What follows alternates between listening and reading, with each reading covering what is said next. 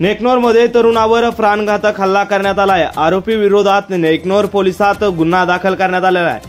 बीड जिल्ह्यामध्ये दिवसेंदिवस गुन्हेगारींचे प्रमाण वाढत चाललेले आहे। सरपंच संतोष देशमुख यांच्या अपहरण करून हत्या करण्यात आली। त्यानंतर जिल्ह्यामध्ये वेगवेगळ्या ठिकाणी खुनाच्या घटना तसेच गोळीबाराच्या घटना घडताना पाहायला मिळत आहेत। हे प्रकरण ताजे असतानाच नेकनोरमध्ये तरुणावर कुऱ्हाडीने वार करण्यात आलाय। हा हल्ला वादामधून निर्माण झाल्याची शक्यता वर्तवली जाते। गोंधळाच्या कार्यक्रमाला निघालेला एका 35 वर्षीय तरुणावर कुऱ्हाडीने प्राणघातक हल्ला केल्याची घटना रात्री नेकनोर येथे घडली आहे। यामध्ये सदरील तरुण गंभीररित्या जखमी झाला असून त्याला उपचारार्थ छत्रपती संभाजीनगर येथील रुग्णालयात दाखल करण्यात आले आहे। या प्रकरणी आरोपी विरोधात नेकनोर पोलिसात गुन्हा दाखल करण्यात आलाय। राजाभाऊ कोकाटे वय 35 असे या तरुणाचे नाव असून रात्री तो 11च्या दरम्यान गोंधळावरून आपल्या घरी जात असताना त्याच्यावर हल्ला झालाय। राजाभाऊ कोकाटे हे गावामध्येच गोंधळाच्या कार्यक्रमासाठी गेले होते।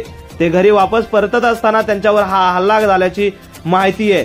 कोकाटे आणि सदरील आरोपी यांच्यामध्ये वाद निर्माण झाला होता। या वादामधून आरोपीने कोकाटे यांच्या डोक्यामध्ये कुऱ्हाडीने वार केलाय। यामध्ये राजाभाऊ कोकाटे हे गंभीररित्या जखमी झाले।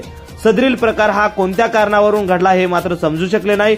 राजाभाऊ कोकाटे यांना पुढील उपचारासाठी छत्रपती संभाजीनगर येथील रुग्णालयात दाखल करण्यात आले।